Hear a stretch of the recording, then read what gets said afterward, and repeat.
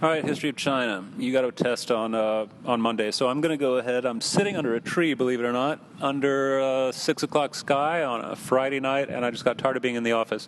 But I want to give you a coherent and hopefully enjoyable and helpful for your test last shot on Confucianism, Taoism, and legalism. I think you get legalism. I don't think you've gone as far into Confucianism and Taoism. So let me try to just help you along here by saying that Confucianism is really, really, really still important today. And in fact, in communist China, there is a growing interest in bringing Confucianism back that is totally fascinating to anybody who knows Chinese history, because Confucianism, as you'll see by the end of the year, the semester, Confucianism disappeared from China more than once and came back. Sometimes it took 100 years, but it came back because there was something to it. It's almost like the air that China breathes.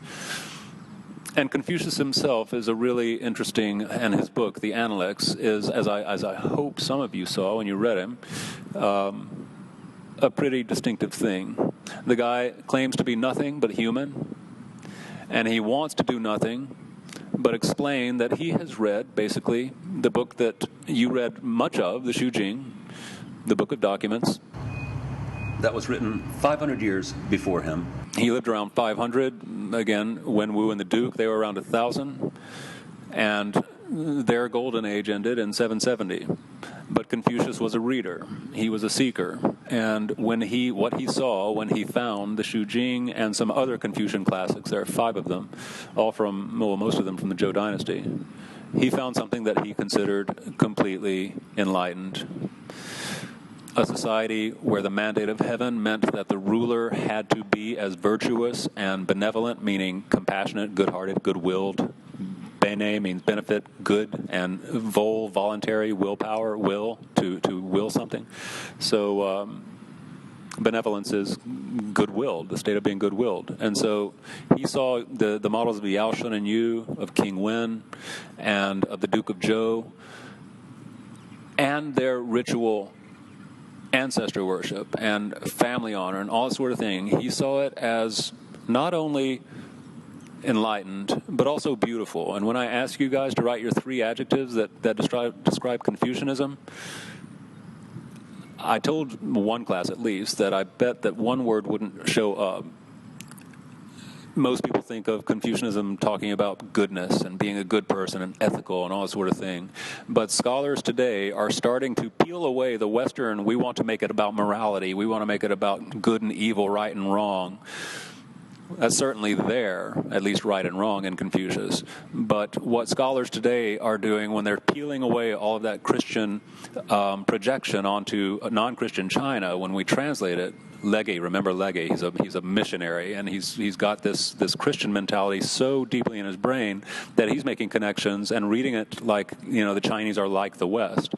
Now we Westerners have been studying China long enough, and we've developed our own sort of reading like historical and critical thinking enough to realize that we need to be more careful about assuming that other cultures are like our own. And so now scholars are starting to bring out this totally fascinating thing of Confucius' main interest, and it was not in creating only good people, and only a good society, but also one that is beautiful. And when you hear it that way, it's not as surprising that, according to the Analects, when Confucius heard somebody singing a song that he liked, he would listen, and when they finished, he would say, "Hey, can you do it again so I can harmonize with you? I want to sing harmony with you." What a bizarre thing for the sage, the major sage of a civilization, to say, "Let's sing together in harmony." It's not surprising that when one of his students said, "Hey, one of these dukes or whatever in one of the warring states asked me to just tell him about you, and I couldn't like describe you," and Confucius said, "Why didn't you just tell him that I am a man who loves learning, studying so much that I forget to eat or sleep, and I forget that I'm getting old?" The passing of time, I just completely forget it all because I love this stuff so much. The guy was about beauty. That's our newest interpretation of Confucianism. That aesthetics, the love of not goodness, the love of not God, but the love of what is beautiful, is at the heart of what he was trying to do. He thought that the Western Joe was a civilization of beauty, with its rituals, with its music, with its proper behavior, with its elegance, with its good-hearted, caring, benevolent bit, with everybody working on their roles to be harmonious with each other, instead of fighting and saying, hey, I've got individual rights here and all sort of thing. He thought the Joe was beautiful. It's not surprising then when we also think and read another of the analects in Confucian. All of these were written by his students after he died. Like Jesus, all that we know about Confucius, who never wrote a book, neither did Jesus, is what his followers wrote down about him. The parallels between Jesus and Confucius are fascinating. Another one is, so neither one of us, neither of them left their own words. We can only trust the sources. The sources for Jesus are, the earliest one is 40 years after he died, and that's the book of Mark. Matthew, Mark, Luke, and John. The book of Mark is 40 years after Jesus died. If I wrote about somebody that I knew 40 years ago, how accurate would I be? Same with Confucius. But, and then the latest one, 2 generations basically, wrote down what they heard about Confucius. That's the analects. 2 generations of disciples of Jesus wrote down what they heard about Jesus. And that's the New Testament, Christian New Testament. So anyway, it's also not surprising then that we read Confucius, when asked about the spirits, said, keep the ancestors at a distance, but practice the rituals perfectly. To him, the rituals for ancestor worship, it wasn't about pleasing any spirits up there, because another one of Confucius's distinctive sayings, and actually Socrates said the same thing in Greece at about the same time, was when asked what wisdom or knowledge is, he said, you want to know what, depending on how you want to translate this character, wisdom or knowledge is? To know when you know something, and to know when you do not know something. That's wisdom.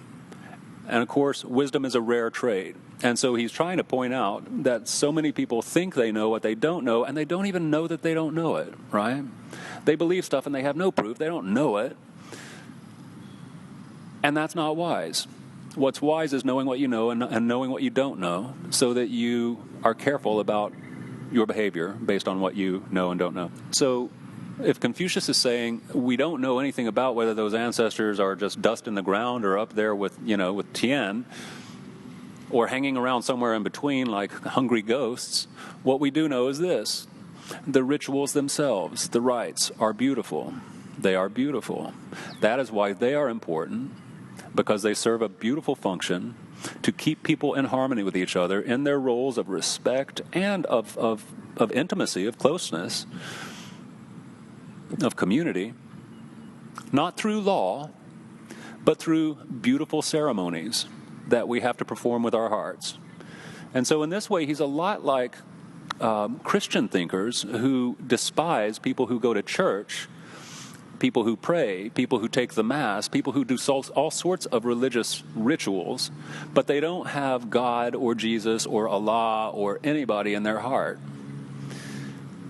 They just do it. It's just, they're just like robots going through the motion. And you hear Confucius complaining about that. People in his day doing the rituals empty inside. And he's like, if you're not into it, if you really don't feel it, then you may as well not do it. So this is the Confucius that is fascinating today. And for anybody who is interested in reading further about him, there's a guy named Roger Ames, A-M-E-S, who has written the major book on Confucianism of the past 20 years or so. It's been just totally revolutionized our understanding of Confucius. It's called Thinking Through Confucius, and that title's lovely because he's trying to think about Confucius through Confucius's eyes instead of through the eyes of the West. Peel away all of that Western religious assumption when we talk about Confucianism. Okay, so there's Confucianism. Now, it wasn't all about ritual and music. It was also about, and family, and filial piety, and all that stuff. It was also about education. But education for Confucius was not about getting a job. Education was about becoming Ren, humane, a human being, a good human being. A full, self-cultivated is another big word. To be self-cultivated, I have grown myself. I have cultivated myself through study, but not just study, and not study of math and law and, business and stuff that's going to get you money. No, study of things that grow you and cultivate you and make you a full human being inside. But not just book studying. He also believed that people should be good at archery. They should practice archery. And it's an interesting choice because in archery, you're not competing really against somebody else. You are trying to perfect your own sort of inner state, because drawing that string, bending that bow, aiming at that target, and hitting that arrow, it's all you and that target. And just how much control and precision you can have over yourself as you practice and practice and practice. Music was another thing that education should do. And so to me, looking at it from this, from our Western thing, the differences are stunning. To us in the West now, education is about getting a job and making money. We got to throw in one more Confucian analect that I just hope resonates for some of you. You know what? I would almost give you an A just so you would free your mind and go, you know what? I'm going to learn about China, and I'm going to actually think about it, and maybe even remember it, because one class in my life in high school was actually worth thinking about because it's meaningful. And that is this, the one last analect. Confucius saying, a human being, a gentleman, a ren, is not a tool. He's not an implement. And so education that prepares you to become somebody's tool, as a lawyer, as a executive who works for some, corporate board, as a banker, as anything, if you are just studying to become a tool in some bigger machine, and you're devoting your heart and your mind to learning how to get a job, then you're not a gentleman to Confucius. To Confucius, you should be studying in order to cultivate yourself. And this leads to the final thing. Oh, and of course, calligraphy, writing, reading, all of those skills. Playing an instrument, not just liking music, but growing, cultivating yourself to be able to play an instrument. All of these things, and horseback riding. And the guy was not a sissy, right? Horsemanship. All of these things led to a successful person not being one who had a lot, but a person who was a lot. They could make stuff, and they could fill their own spare time with their own skills instead of needing to buy something to keep them from becoming bored because they can't do anything, because they have no inner skills, no inner riches. And if you let that one sink in, then maybe you will see why so many of us Westerners, when we look at Confucianism for a few years, start going, my God, the man was onto something. I'll leave Confucius now, and I'll turn to the Taoists, and I'll try to get through this one quicker.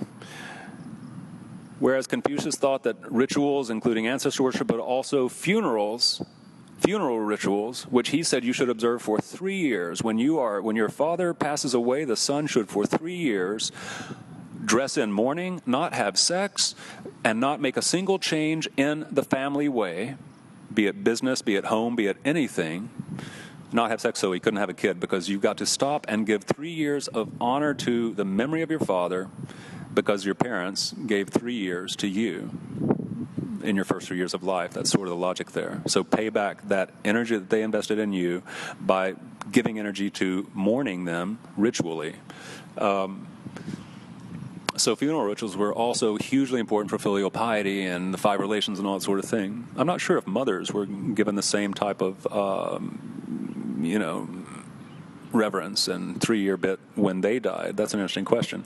But anyway, that insistence that ritual and the shujing and the ways of the duke and all that sort of thing were the path to social goodness and individual happiness and beauty and all that sort of stuff, the Taoists thought not. And that's why I love Zhuangzi. I can love Confucius and Zhuangzi, although they completely disagree with each other on so many points, because they both have an interesting point of view. And Zhuangzi, starting with this, he's at his wife's funeral. Everybody comes to her funeral, and they see this idiot sitting outside in front of the house, wife in state in her casket inside, and he's banging a drum and singing a song, la-di-da-di-da, like it's just the happiest day in the world, like his wife, who he has raised children with and lived with for years, and apparently, presumably, kind of loved at some point when they were first starting out, before marriage turned stale and lifeless. He's banging a drum and playing the fool. Well, what's going on with that? You know the answer to his story, and this is another Chinese reaction to the question, what happens to us after we die? And he said, people cry when they lose somebody, and they show that they don't understand nature, and that they haven't looked at it just calmly, like water reflecting nature. There's not a ripple. If you just look at it calmly, everything comes out of nothing. Everything that comes out of nothing takes on life if it's organic. And after taking on life for a season of time, it then goes back out of life, and that's called death.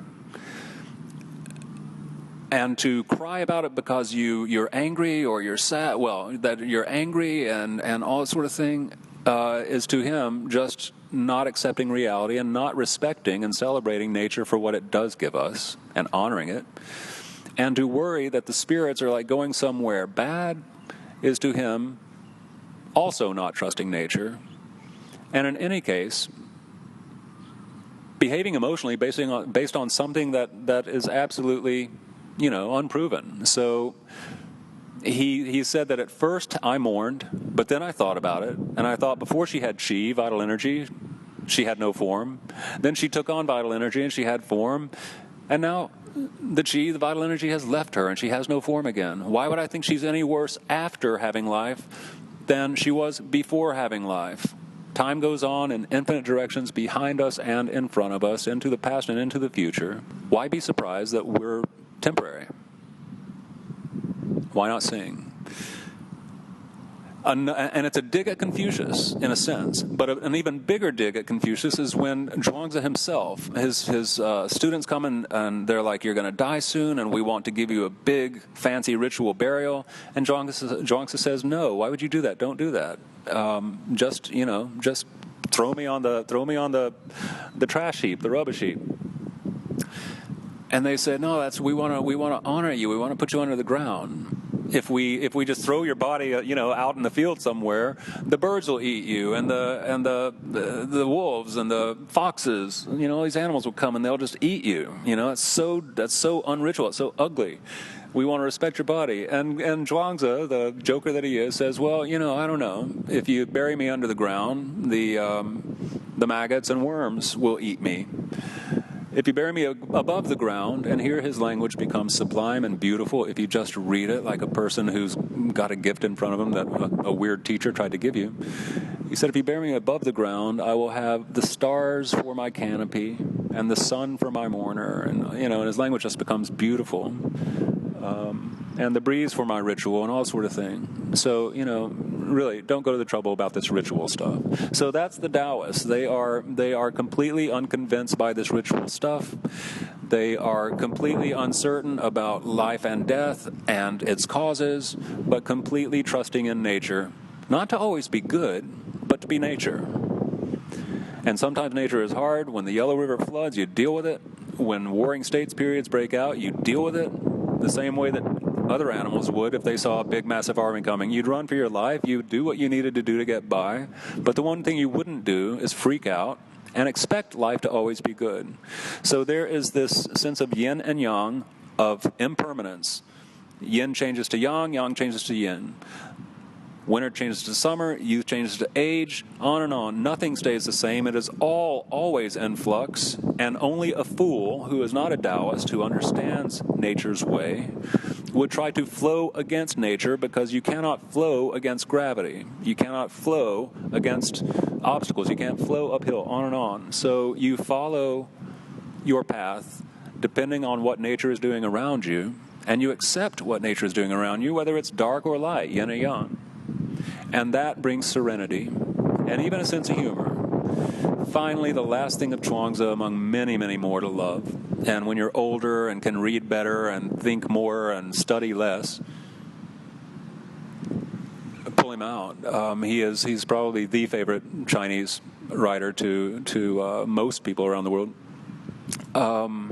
So the last one. What about ambition? What about wealth? What about, success? So you have it in there. It's one paragraph, and nobody said the first thing about it. So let me, maybe you read it and maybe you didn't, but let me just throw it to you one more time. It's the story of when he's fishing. He's a nature guy. He's a country boy. He likes to fish.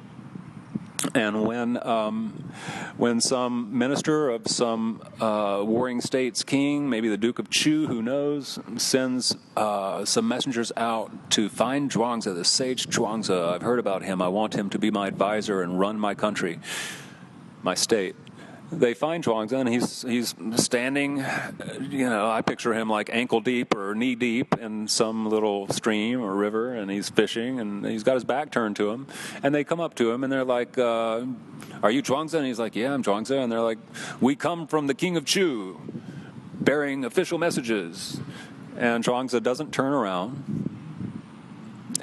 He doesn't flinch. He just casts his line again. Picture him fly fishing. And he's like, yeah, what? And they're like, he wants you urgently to come and administer his state. And Zhuangzi still doesn't turn to them.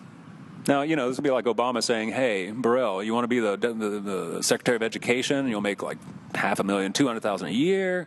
Your future's set up. You can work in think tanks or, in the education sector, corporations. You can blah, blah, blah. You'll just be filthy rich. And Zhuangzi instead of saying, yeah, you bet, great job, lots of money, he says, I've heard that the king of Chu has a turtle that's wrapped in silk that's 500 years old in his throne room, in the most honored place in his throne room, wrapped in the most expensive silks in the seat of power of the kingdom of Chu. Totally honored. It's been there for 500 years. And he's still fishing and not looking at these guys. He's never looked at them. And he says, think about that turtle. Would it rather be wrapped in all those silks in the center of that troubled political situation, serving the king? Or would it rather be out here in this river, alive, wagging its tail in the mud? And they said, well, come to think of it, it'd probably rather be wagging its tail in the mud. And Confucius, and Zhuangzi replies, so get out of here and leave me alone, because I would rather wag my tail in the mud too. I don't want your power, I don't want your wealth, I don't want all the stress that brings, and I don't need it, because you know what? Fishing's pretty cool, and I know how to feed myself, and I've got enough. And I don't need more. You see a similarity between Confucius and Zhuangzi here, and that is that both of them understand that a real human being, one who is full inside instead of empty, because they have found whatever way, whatever Tao. Confucius talks about the Tao too, but he's got a different one. His is basically, Shu Jing stuff. Zhuangzi's is the Tao of nature. But whoever has found the way and cultivated themselves in it, they're not empty inside. They don't need to go shopping. They don't need some sort of gadget filling them because they're empty. They don't need to be able to buy a bunch of crap, even if it's fun crap, because they've already got their own riches inside. And so they're not bored. I'm sure they have no idea how anybody could ever be bored, because there's always something inside of them. The ability to fish, the ability to watch yin turn to yang and yang turn to yin, the ability to perform a ritual, the ability to play music, to do archery, to read and think. So that's those two. I'm not even going to do legalism, because you already know it. So I'll stop there. Yep, that's it. Bye.